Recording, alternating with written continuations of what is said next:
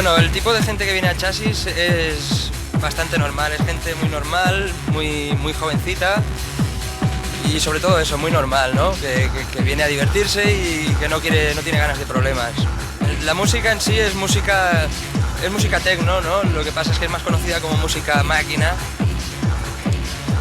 Pero bueno, el nombre con el que se trabaja en toda Europa, digamos que es la música techno. Bueno, el disco, digamos que es un poco lo que pasa dentro de la sala, ¿no? Digamos que es una mezcla de lo que nosotros ponemos en la sala. Y bueno, es un disco muy facilón, muy bailable y a ver qué pasa. Bueno, el disco está hecho por los DJs de la casa, está hecho por mí, está hecho por Julio. El disco es simplemente Chasis. Luego hay una versión que es la del Chasis, que será principalmente para ponerla a nosotros, y luego hemos hecho otras versiones pensando un poco en las demás discotecas que no quieran hacer propaganda nuestra. O sea, está claro que si vienes a Chasis y te aburres es porque no tienes sangre.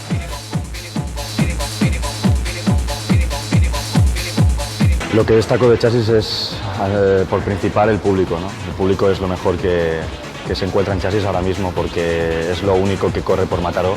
El público de Chasis es exclusivamente genuino aquí, ¿no? Quien va a Chasis se queda en Chasis. Chasis tiene su propio estilo, el estilo techno, estilo máquina, como mejor lo entienda la gente. Chasis tiene la peculiaridad de que tiene su propia gente y su propia música, como la mayoría de las discotecas de Valencia.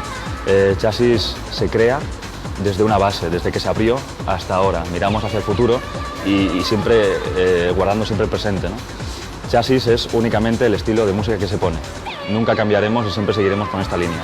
Creo que Chasis, no, estoy totalmente convencido, Chasis tiene su propio estilo y el estilo de música que se puede decir máquina no se llama máquina, es música Chasis. La melodía del disco es de puro corazón, ¿no? Ricardo y yo lo hemos hecho lo máximo impactante posible, ¿no?